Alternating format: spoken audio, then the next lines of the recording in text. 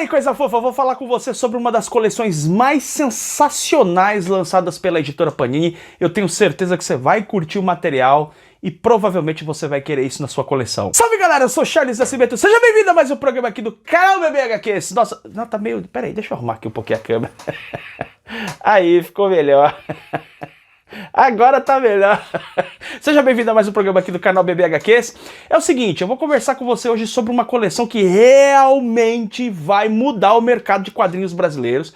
Provavelmente vai ser uma coleção que você vai acompanhar, tá? Você vai pensar aqui sobre essa coleção a partir desse vídeo. Eu vou trazer todas as informações. Eu quero convidar você a entrar no nosso grupo de WhatsApp ou canal de Telegram. São os nossos grupos de promoções. O que tá acontecendo é que tá rolando uma semana Geek Gamer na Amazon, e essa Semana Geek Gamer está trazendo até mais promoções do que estava acontecendo durante o Book Friday. Tem centenas de quadrinhos, mais do que existia na Book Friday, em promoção, para você não perder as novidades das ofertas e promoções. E a Amazon tá fazendo um negócio maluco, que é, eu preciso dar um nome para isso. O que seria? Uma oferta flash? Porque tem uma oferta relâmpago. As ofertas relâmpago da Amazon, elas duram ali 24 horas, mas tem uma promoção agora que é muito rápida. Bota aqui nos comentários como você gostaria que a gente chamasse. Vamos criar um apelido para esse tipo de promoção. É uma promoção realmente muito rápida, onde aparece um item com preço absurdo, 60%, 70% de desconto, e esgota rapidamente, assim, é uma coisa maluca. Hoje mesmo nós já tivemos o Incal, quadrinho lançado pela editora Pipoca e Nanquim, um encadernado que normalmente aí passa da faixa dos R$120, saindo aí por 50 e poucos reais, um negócio absurdo realmente, promoções inacreditáveis. Entra nos nossos grupos aqui para que você possa aproveitar todas essas promoções, quadrinhos, mangás, não é só Marvel DC não, se você gosta de Tex, você gosta de Júlia, você gosta de Pato Donald, você gosta de Turma da Mônica, tem promoções rolando o tempo todo nos nossos grupos de promoção, tá aqui na descrição, tá? Vamos lá falar então o seguinte, ó. Você me acompanha há bastante tempo, você sabe que eu adoro isso aqui, ó. Omnibus, eu curto demais, cara. Eu gosto muito, tá? Inclusive eu iniciei aqui a leitura dessa coisa linda. Eu iniciei a leitura aqui do Thor, do Walter Simonson. Eu li aqui as 100 primeiras páginas, em breve você vai ter resenha desse material. Eu sou muito fã da possibilidade de você ler fases completas dos personagens, mas algumas pessoas não curtem o formato. Eu já recebi várias mensagens de pessoas dizendo, não gostam do peso, realmente, né? Não dá pra você carregar isso aqui na mochila. Imagina, o cara tá indo trabalhar, vai no trem, vai no ônibus, né? Vai no ônibus da empresa, sabe? Você trabalha na empresa, você pega no ônibus, 1h30 de distância, você fala, pô, vou levar um gibizão pra ler. Cara, você não vai levar um gibizão de 1.200 páginas, é muito pesado, não dá. Isso aqui dá tendinite, né? Você tem que ler realmente no ambiente tranquilo, em cima de uma mesa, certo? Você tem que ler com todas as condições. É um material que demanda de você uma atenção diferenciada no ato da leitura, demanda de você uma preparação, quase que um ritual, para que você possa ler esse quadrinho. A vida corrida, muita gente acaba não curtindo esse modelo. Embora eu seja apaixonado por Omnibus, consigo compreender essas críticas que se fazem ao formato, até por conta dos preços, né? Mas acontece que tem uma coleção que sai nos Estados Unidos já há algum tempo, e que a Panini trouxe aqui para o Brasil, que é essa coleção Epic Collection. Cara, que delícia isso aqui. E eu mostrei para você o Omnibus do Thor, do Walter Simonson. Curiosamente, essa aqui é a fase do Quarteto Fantástico do Walter Simonson. Eu quero conversar um pouquinho com você a respeito desse material aqui. Primeiro, a parte do acabamento, porque essa é uma das críticas que se faz ao Omnibus, muito pesado, né? Pô, difícil de carregar. Esse aqui não. É um material aí com mais de 500 páginas, tá? Tem 504 páginas, que vem com essa capa cartão, tá? E que vem com o papel couché. É no mesmo formato daquelas edições das grandes sagas dos X-Men. E para quem se lembra, alguns anos atrás, a Panini lançou em 3 volumes a saga Queda do Morcego justamente nesse formato aqui, ok? A gente tem aqui, logo no início, a introdução na capa, né, emulando um pouco o estilo do que tem acontecido nas sagas. Você está acompanhando aí a saga do Flash, a saga do Homem-Aranha, você está vendo que eles estão colocando, né, a parte de informações iniciais justamente na parte interna da capa. E você tem aqui um material que vem assim em ordem cronológica, uma grande fase no caso aqui escrita pelo Walter Simonson, que escreveu esse material ali entre o finalzinho dos anos 80 e início dos anos 90. Ele está buscando trazer um novo momento para o Quarteto Fantástico, que acabara de vivenciar uma fase incrível na fase do Byrne, material que foi lançado em 2 ônibus aqui, eles estão aqui, ó, nessa estante aqui, coisa linda, cara, coisa linda. Eu sempre digo o seguinte, né, que nos anos 80 nós tivemos 2 grandes gênios nos quadrinhos americanos, indubitavelmente, Frank Miller e também o Alan Moore se destacaram com títulos absolutamente fantásticos. Seja o Frank Miller fazendo Demolidor ali já no final dos anos 70, início dos anos 80, depois o trabalho incomparável que ele faz no Batman, né? Até séries também que ele fez autorais dentro da DC, como o caso de Ronin, são materiais realmente incríveis. E o Alan Moore fez o Watchmen, fez Piada Mortal, fez quadrinhos muito maravilhosos, fez a saga do Monstro do Pântano. Pra mim, o auge do Alan Moore está ali na segunda metade dos anos 80, quando ele vai fazer também Miracle Man, grandes títulos que a editora Panini vem trazendo pra cá, vem publicando esses materiais normalmente no formato mais luxuoso, né? A Demolidor, o Demolidor não, o Monstro do Pântano tá aqui, as 3 edições absolutas. Um material incrível, cara, que você consegue ler toda a fase, é muito bom isso, mas também tem aquele, de novo, né, aquela questão que muitas pessoas questionam a respeito da... questões que pessoas questionam ficou ótimo. Aquela questão do preço, do material ser muito luxuoso, difícil de carregar e tal. Esse caso aqui, nós temos o Walter Simonson, mas eu tava falando desses grandes escritores, né? A gente vê que o Byrne foi o grande cara dos quadrinhos super-heróicos mais tradicionais. Ele estabeleceu um padrão de qualidade em termos de quadrinhos de super-heróis, e isso é muito visto em trabalhos que a Panini tem lançado no formato ônibus, né? A Tropa Alpha, a Mulher Hulk, Quarteto Fantástico, os 2 volumes, mas tudo incrível, tudo lindo, tudo lindo. Só que é o seguinte, ele não foi o único. Tem um camarada nos anos 80 chamado Walter Simonson que revolucionou o Thor justamente com essa fase aqui desse ônibus, que é maravilhosa, e depois ele foi convocado para tentar dar continuidade, logicamente com a sua própria característica, com a sua própria linguagem, no Quarteto Fantástico, e é justamente essa fase que foi publicada nesse encadernado de mais de 500 páginas, capa cartão aqui bonitaço. A coleção Epic Collection é uma coleção grande, já saíram vários números nos Estados Unidos, nós teremos vários números publicados aqui no Brasil, e ela até tem uma numeração. Dentro da coleção da Epic Collection, essa aqui é o número 20, só que tem uma sacada, né? Você não tem numeração na lombada, de modo que você não precisa comprar todas as Epic Collections. Você vai comprar aquelas que mais te interessam. Claro, podendo comprar todas melhor, né? Aqui a gente tem, nessa edição aqui, olha o que nós temos aqui. Nós temos aqui da Epic Collection, reunindo Fantastic Four, a coleção que começa lá em 1961, né? Clássica lá com o Jack Kirby e o Stan Lee. Nós temos do número 334 até 346.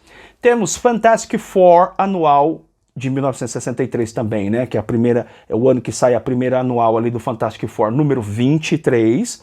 E material de The New Mutants.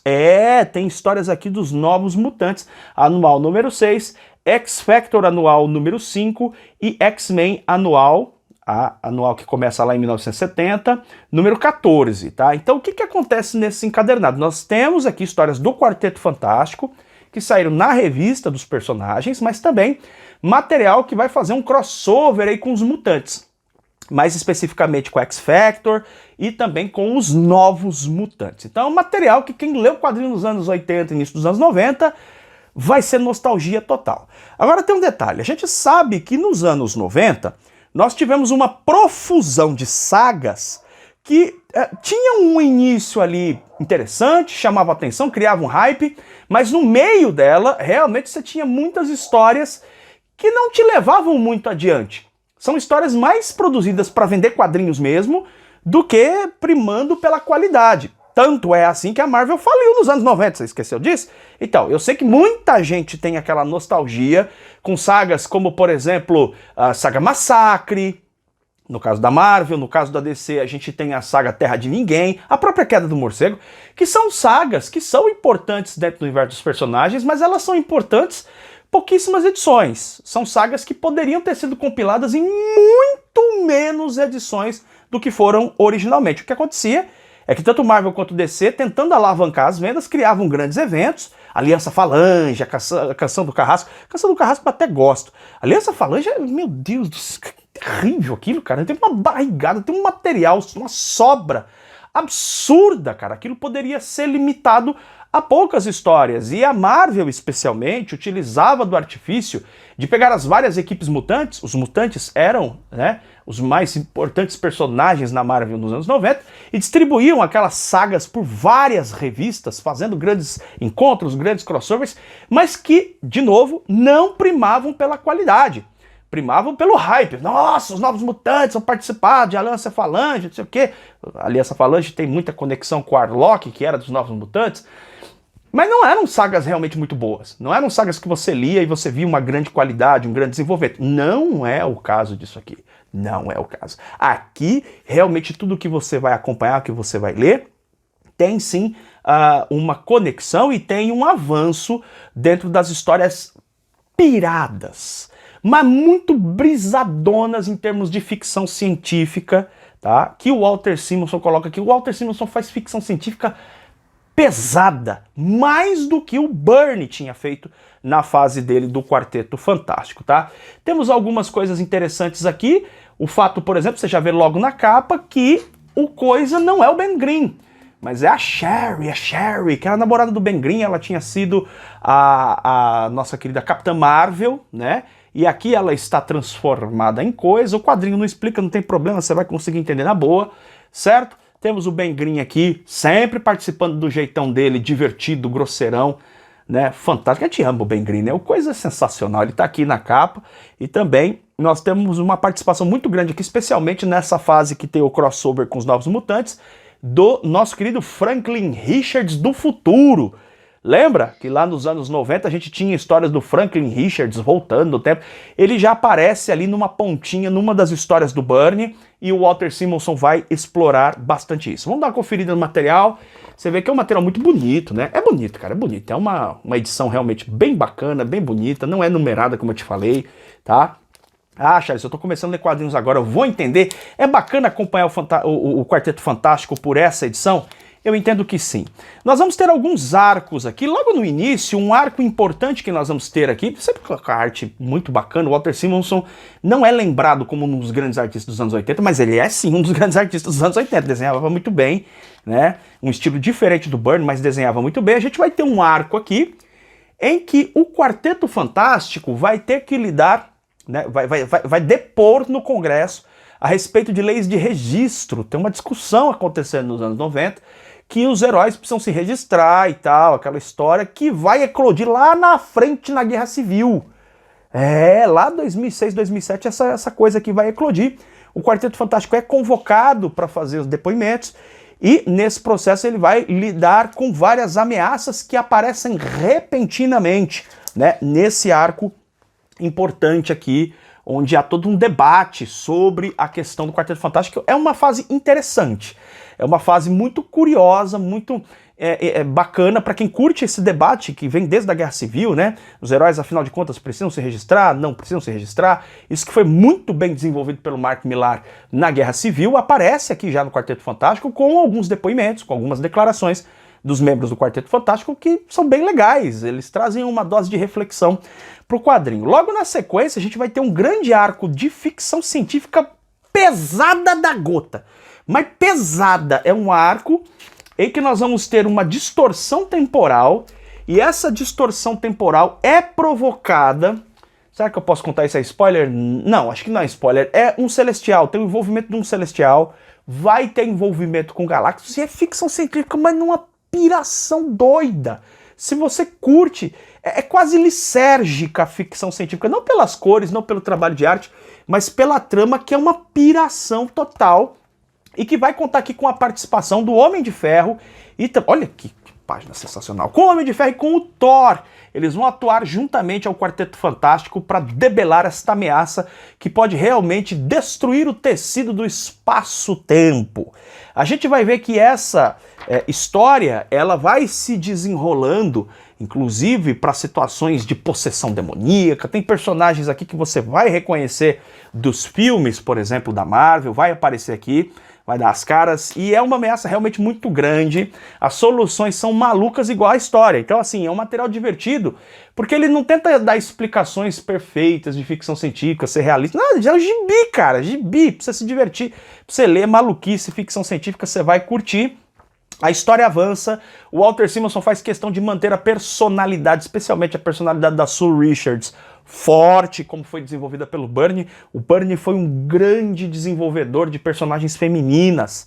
O trabalho que ele faz desde a fase dele, Quarteto Fantástico, com a Sue Richards, o que ele faz com a Jennifer, com a Jennifer Walters, né, a mulher Hulk, o trabalho que ele faz na Tropa Alpha, com as mulheres ali, né, a esposa do Guardião e tantas outras mulheres que fazem parte da Tropa Alpha, ele gosta muito de desenvolver. O Walter Simonson tenta sustentar isso, manter essa qualidade do desenvolvimento das personagens. A gente vai ver que essa história de ficção científica ela vai ter desdobramentos bem malucos.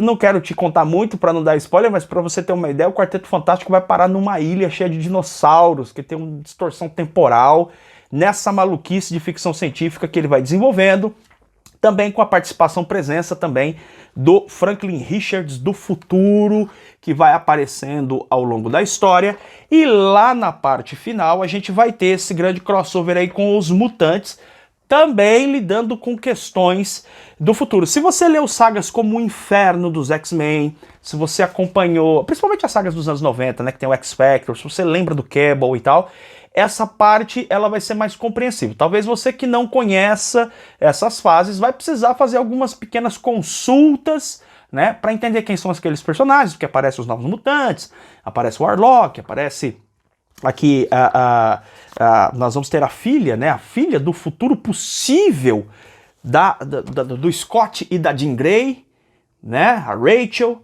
que tem uma participação importante aqui na história, nesse grande arco que ficou conhecido como Dias de um Futuro Presente. Lembra que tinha o Dias do Futuro Esquecido lá dos X-Men? O Walter Simonson pega essa abordagem e traz para dentro da história do Quarteto Fantástico, criando um inimigo aqui que inclusive vai explicar por que a Rachel ela tem aquelas marcas no rosto. Lembra que ela tem umas marcas assim no rosto, a Lupina, né? Por que ela tem aquelas marcas? Vai ser explicado aqui com um grande vilão que é estabelecido, um vilãozão clássico dos anos 90, mas que não é aquele vilão ridículo, tipo Massacre, não, vilão, convenhamos, né? Aquilo ali realmente, a gente pode ter nostalgia, ler aquilo por diversão nostálgica mesmo, mas em termos de qualidade de história, é muito ruim. Não é o caso desse aqui. Esse aqui tem qualidade narrativa, tem qualidade de história, dentro dessa loucura da ficção científica. Não espere realismo aqui, não. Não espere que não, porque é muito forçado. Tudo é forçado aqui. Tudo é forçado, mas é muito divertido. Esse material que normalmente eu leria ele em 2, 3 dias, eu levei várias semanas para ler, porque eu estava apreciando cada página, estava realmente muito bacana. Aqui no final, nós temos um negócio bem divertido aqui, que é um textinho jornalístico falando sobre o Ben Grimm. É divertido esse texto. E depois nós temos aqui uma belíssima matéria sobre o trabalho do Walter Simonson, contando aqui quais foram as ideias dele na construção do Quarteto Fantástico. Obviamente, esse material se refere ao momento em que o Walter Simonson ainda iniciava os trabalhos com o Quarteto Fantástico, então a gente vai poder, inclusive, comparar as intenções do Walter Simonson com o que ele, de fato, realizou na fase. Normal acontecer aqui, né, a gente ter esse tipo de historinha aqui, brincalhona no final. Isso acontece também nos ônibus. Você pega vários ônibus da Marvel, Quarteto Fantástico, Tropa Alpha, se eu não me engano também tem essa historinha aqui final bacana, alguns extras aqui falando sobre o Ben Grimm, tá? As concepções de arte, algumas artes originais. Galera, na real é o seguinte, esse material aqui, a Epic Collection, ele funciona como uma espécie de ônibus. Ele é um ônibus, ele é uma vanzinha, como o pessoal fala. É uma van, é uma caminhonete. É coisa linda isso aqui. É uma coleção muito bacana porque vem essa fase completa em ordem cronológica, mas sem aquela robustez material em sentido físico, né, de um ônibus. É um quadrinho muito mais adequado para você carregar na mochila, para você ler numa viagem, para você ler no trem. E é muito bacana, é um material indicado para você que quer conhecer Quarteto Fantástico. Pô, Charles, eu quero conhecer os personagens. Claro, existem encadernados menores, que de repente pode ser interessante para você iniciar a leitura dos personagens, mas você já está querendo ler uma fase importante, já está querendo mergulhar num material mais volumoso, mais denso, com uma narrativa mais prolongada, esse Epic Collection aqui é sensacional. Eu duvido que alguém que gosta de Omnibus não goste desse material. Impossível, não tem como. Tá? Mas eu duvido também que alguém que não goste de Omnibus não vai repensar essas questões aí de quadrinhos mais volumosos e tal ao ver essa edição da Epic Collection. É um material sensacional. Tá? A previsão é de que a Panini vai lançar aí dezenas desses materiais nos próximos anos. Eles anunciam inclusive na capa, falando, não, a gente vai lançar muito aí pelos próximos anos, pegando fases que certamente não sairão nos Omnibus. Isso aqui é importante dizer, tá? Essas fases certamente não sairão nos Omnibus, porque é uma coleção que já existe nos Estados Unidos e ela tem um papel um pouco de cobrir arestas onde os Omnibus não entram, entendeu? Os Omnibus pegam fases mais completas, mais prolongadas, mas tem fases intermediárias onde os Omnibus acabam não entrando, não pegando. É um material que ficaria complicado você inserir dentro de um Omnibus, mas também são fases importantes que não poderiam ser renegadas, tá? Epic Collection é uma das melhores coleções lançadas pela Panini. É uma coleção que tem um preço muito mais em conta do que um Omnibus. Ela tem essa qualidade do Omnibus de ter uma grande fase compilada em um volume só, ou em poucos volumes. Alguns casos raros de Epic Collection, as histórias serão completadas em 2 edições, tá? E é um material muito bonito, muito bacana, tranquilo de carregar, né? É um gibizão com cara um pouco de um gibi mais convencional, de um gibi mensal, de uma saga, aquilo que a gente está mais habituado a ler, por exemplo, numa condução ou antes de dormir, né? É muito difícil você pegar 1.200 páginas, deitar na cama e ler. Não dá. Aquilo provoca uma fratura na caixa peitoral, não tem como. Esse aqui não, esse aqui é um quadrinho realmente muito bacana. Galera, eu fiquei apaixonado pela edição, fiquei apaixonado pela história. É divertidíssimo, aqui é a fase do Walter Simonson dentro dessa piração. Ele faz um trabalho que mostra que ele é sim um grande escritor, porque ele vai por um caminho muito diferente daquele que ele tinha ido anos anteriores com o Thor, né? Ele vai para uma direção realmente diferente, embora que, se a gente começa a ler o Thor, eu vou fazer resenha aqui em breve, mas pensando bem, lá no começo do Thor, o primeiro grande arco, tem aquele arco ali do Bill Raio Beta, a gente vê que já tem um elemento de ficção científica ali também, né? Que o Bill Raio Beta vem do espaço e tal. Então tem um elemento de ficção científica também. Mas é diferente do que ele faz no Quarteto. No Quarteto é mais profundo. O negócio ali é maluquice mesmo, mas é muito divertido. Eu recomendo fortemente. Deixar o link aqui na descrição para que você possa adquirir. A gente se vê em breve em mais um programa aqui do canal BB HQs. Beijo enorme no seu coração. Tchau, tchau.